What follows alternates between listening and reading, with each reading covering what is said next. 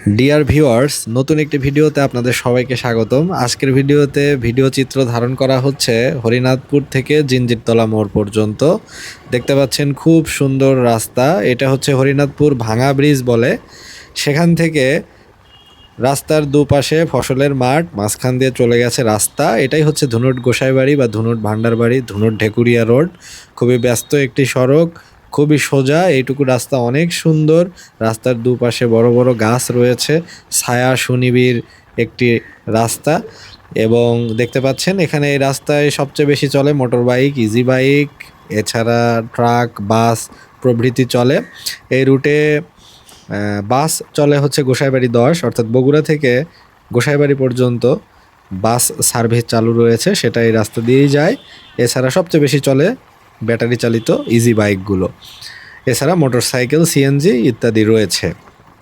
দেখতে পাচ্ছেন রাস্তাটি ভীষণ সুন্দর। এই অংশটুকু বিশেষ করে হরিনাথপুর ভাঙা ব্রিজ থেকে শুরু করে এই যে চান্দারপাড়া পর্যন্ত আমরা এখন এসেছি। এটা হলো চান্দারপাড়া গ্রাম। হাতের বাম পাশে দেখতে পাচ্ছেন যে মাঠটা রয়েছে, যে ফসলের মাঠটা রয়েছে, এটা পেরিয়েই হচ্ছে চান্দারপাড়া গ্রাম। এই পাশ দিয়ে চান্দারপাড়া, এগুলো সব চান্দারপাড়ার ভিতরে পড়েছে। এগুলো ধুনটের ভিতরে। আর আমরা যখন যাত্রা শুরু করলাম, তখন আমাদের যাত্রা যেখান থেকে শুরু হলো ওগুলো কিন্তু কাজীপুরের ভিতরে পড়েছে। অর্থাৎ খুব মানে এমন একটা জায়গা হরিনাথপুর বাজার, যেটা হচ্ছে এই ধুনট থেকে গোসাইবাড়ি পর্যন্ত যেতে, অর্থাৎ ধনুটের একটা ইউনিয়ন গোসাইবাড়ি ধনুটের ভিতরে বা বগুড়ার ভিতরে, সেখানে যেতে একমাত্র কাজীপুরের একটা বাজারই পড়ে। কাজীপুর এলাকার, অর্থাৎ কাজীপুর উপজেলা অধীন সোনামুখী ইউনিয়নের একটি গ্রাম হরিনাথপুর, সেই বাজারটাই শুধুমাত্র পড়বে।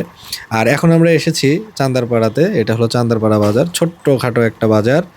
এর দেখতে পাচ্ছেন এখানে এই ছোট একটা বাজার, কিছু দোকান রয়েছে, মুদি দোকান বা একদম প্রয়োজনীয় যে 2-4-5টা দোকান, শুধুমাত্র সেই কয়টা দোকানই রয়েছে। এই যেখানে একটি বাঁক রয়েছে, বাঁকের পাশে যে কলার বাগানটা দেখা যাচ্ছে যে বামে, সেটা পেরোলেই নদী। ওই যে নদী, একটু পানি জলাশয় দেখা যাচ্ছে, এটা হচ্ছে নদী। এঁকে বেঁকে গিয়েছে। নদীর পাশে গড়ে ওঠা গ্রাম, খুব সুন্দর প্রাকৃতিক মনোরম দৃশ্য। এবং ধনুট থেকে যাতায়াত এখানে খুবই ভালো। 3-4 মিনিট 5 মিনিটের মতো সময় লাগে। এখান থেকে চান্দারপাড়া থেকে ধুনট 2.5 কিলো 3 কিলো এরকম দূরত্ব আর কি। দেখতে পাচ্ছেন বালুবাহী ট্রাক গাড়িগুলো, এই যে সিএনজি যাচ্ছে, এগুলো সিএনজি রুটে চলাচল করে। হচ্ছে ধুনট থেকে গোসাইবাড়ি পর্যন্ত সিএনজি রয়েছে এবং ধুনট থেকে ঢেকুরিয়া পর্যন্ত সিএনজি রয়েছে। এই দুই জায়গায় সিএনজি সার্ভিস চালু রয়েছে। আর ইজি বাইক বা অটো তো সব জায়গায় এখন অ্যাক্সেস বা অ্যাভেলেবল রয়েছে, সব রুটেই চলাফেরা করে। হরিনাথপুর থেকে ধুনটের দূরত্ব 5 কিলোমিটারের মতো হবে, 4.5-5 কিলোমিটার এরকম দূরত্ব। এই যে হাতের বাম পাশে যে জমিগুলো দেখতে পাচ্ছেন, তার একটা কি দুইটা জমি পেরিয়েই পড়বে নদী। এই যে বাস, এই বাসগুলো আসছে হচ্ছে বগুড়া থেকে।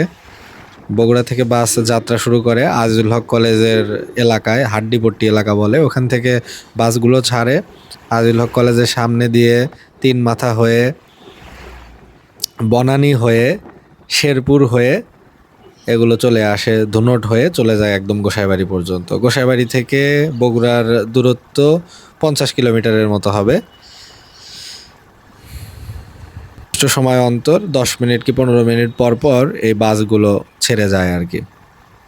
এই রাস্তার যোগাযোগ ব্যবস্থা ভালো, অর্থাৎ 24 আওয়ার গাড়ি ঘোড়া মানে যে কোনো দিকে মুভ করা যায় বা যাতায়াত করা যায়।